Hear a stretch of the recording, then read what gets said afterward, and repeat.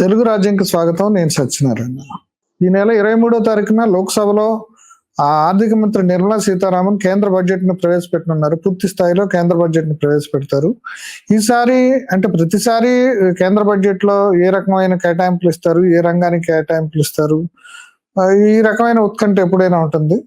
ఈసారి ముఖ్యంగా ఆంధ్రప్రదేశ్ కు చెందిన ప్రజలకు కానీ పాలకులకు కానీ ఆంధ్రప్రదేశ్కి ఏం కేటాయింపులు ఇస్తారు, ఆంధ్రప్రదేశ్ ప్రాజెక్టులకు ఏ కేటాయింపులు ఇస్తారు, అమరావతికి ఏమాత్రం నిధులు ఇస్తారు, అట్లాగే ఇన్ఫ్రాస్ట్రక్చర్ ప్రాజెక్టులు ఏమిస్తారు, కొత్తగా మనకి ఇన్స్టిట్యూషన్స్ ఏమిస్తారు, వాటికి బడ్జెట్ కేటాయింపులు ఎట్లా ఉన్నాయి అనేది ఒక ఉత్కంఠ ఉంది. ఇప్పుడు ఈ అంశాలన్నింటినీ మనతో ప్రముఖ ఫైనాన్షియల్ అనలిస్ట్ చలపతి గారు మనతో ఉన్నారు. చలపతి గారు నమస్తే అండి. నమస్తే సార్. అదే ఈ నెల 23వ తారీఖున మన సీతమ్మ గారు పద్దు విడుదల చేస్తున్నారు మన మొత్తం దేశానికి.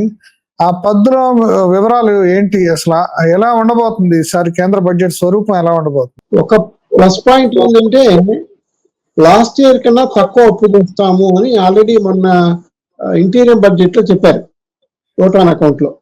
దానికి తోడు ఆర్బీఐ వాళ్ళు 2 లక్షల కోట్లు బోనస్ ఇచ్చారు. బ్యాంకులు కూడా దాదాపు 56,000 కోట్లు బోనస్ ఇచ్చాయి గవర్నమెంట్ బ్యాంక్స్.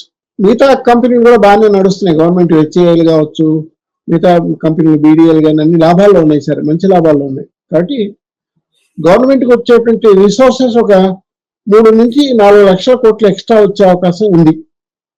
అందువల్ల బడ్జెట్ 50 లక్షల కోట్లు ఉంటుంది అని నా అంచనా. ఈసారి మొన్న 45 లక్షల కోట్లు వేశారు లాస్ట్ ఇయర్. కాబట్టి ఏడాది 50 లక్షల కోట్లు దాటచ్చు. అది ఒకటి. మెయిన్ కన్సర్న్ ఏంటంటే మన ఆంధ్రాకి ఏమి ఇస్తారు, ఇదే పెద్ద ప్రశ్న. అయితే ఆంధ్రాలో ఆల్రెడీ ముందు అసలు కేంద్ర బడ్జెట్ లో స్వరూపం గురించి మాట్లాడాక మనం ఆంధ్రాకి వద్దామండి. కేంద్ర బడ్జెట్ అంటే 50 లక్షల కోట్లు కూడా మేజర్ గా ఒక 32 నుంచి 34 లక్షల కోట్ల ఆదాయం ఉంటుందని ఒక అంచనా. నా అంచనా అయితే 34 లక్షలు ఉంటేనే అది మనకి సుమారుగా 50 లక్షల కోట్ల బడ్జెట్ అవుతుంది. అంటే ఇన్కమ్ ట్యాక్స్ వసూలు చాలా బాగా పెరుగుతాయి ఏడాది. లాస్ట్ ఇయర్ కన్నా ఒక 15% ఎక్స్ట్రా రావచ్చని ఒక అంచనా. నా అంచనా అయితే అది లాస్ట్ ఇయర్ కూడా అలాగే జరిగింది. అలాగే జిఎస్టీ, సెంటర్కి వచ్చేటువంటి జిఎస్టీ కూడా గణనీయంగా పెరిగింది లాస్ట్ ఇయర్ కన్నా, అంతకుముందు ఏడాదితో పోలిస్తే.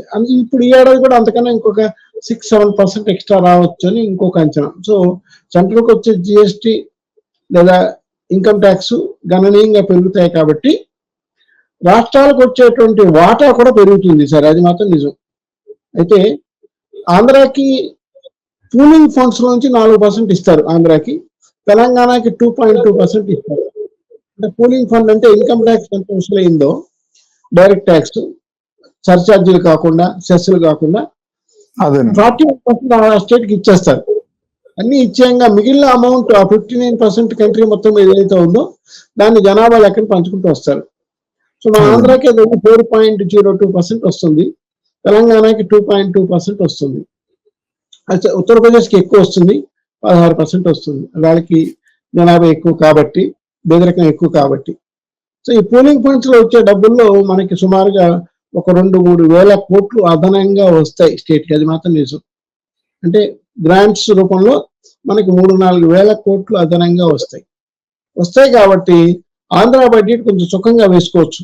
ఆ ధైర్యంతోనే వాళ్ళు విషయం మళ్ళీ చర్చిద్దామండి. ఇప్పుడు మనకి కేంద్రంలో ఇప్పుడు ఏంటి, కార్పొరేట్ పన్నులు కానీ ఏమన్నా తగ్గించడం కానీ అట్లా ఏమైనా ఉండే అవకాశం ఉంది? ఉన్న పరిస్థితుల్లో కార్పొరేట్ పన్నుల్లో పెద్దగా తగ్గింపు ఉండవండి. ఆల్రెడీ పర్సనల్ ఇన్కమ్ ట్యాక్స్ కొత్త రిజిమ్ పెట్టారు, న్యూ రిజిమ్. 7.5 లక్షల దాకా ఆదాయం ఉన్న వాళ్ళు కట్టాల్సిన అవసరం లేదని.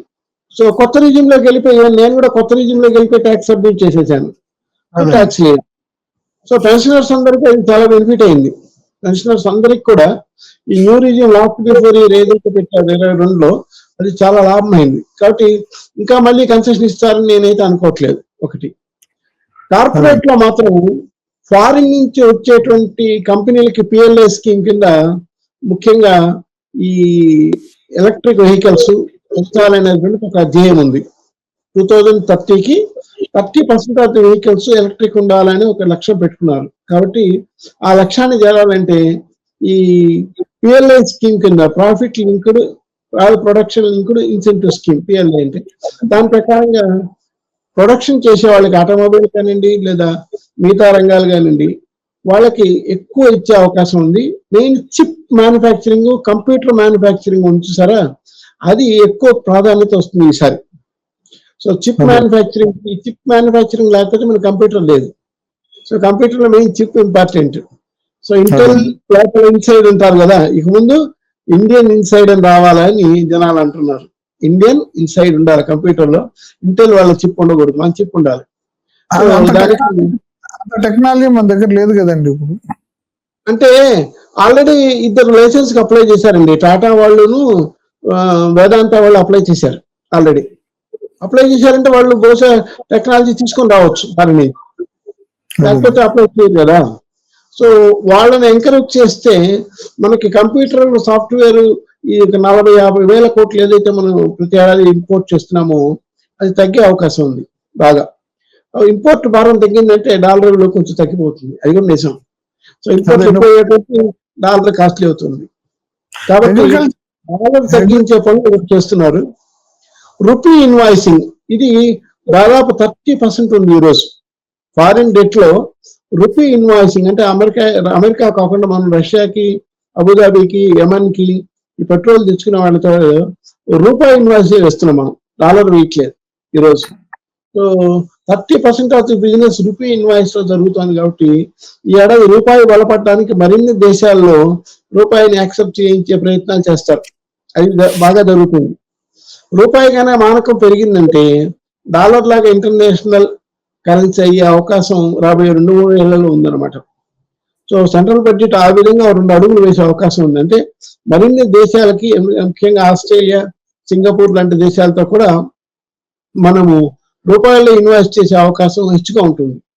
సో దానికి అనుగుణంగా ఉండేటువంటి పరిశ్రమలు, దానికి తగ్గటువంటి వాతావరణం కల్పించాల్సిన బాధ్యత సెంట్రల్ది. కాబట్టి చేస్తే ఆర్బీఐ రూపాయి ఇన్వాయిస్ పర్మిట్ చేసేస్తుంది, అది ప్రశ్నే కాదు. Please do subscribe to Telugu Rajyam channel. Please do subscribe to Telugu Rajyam channel.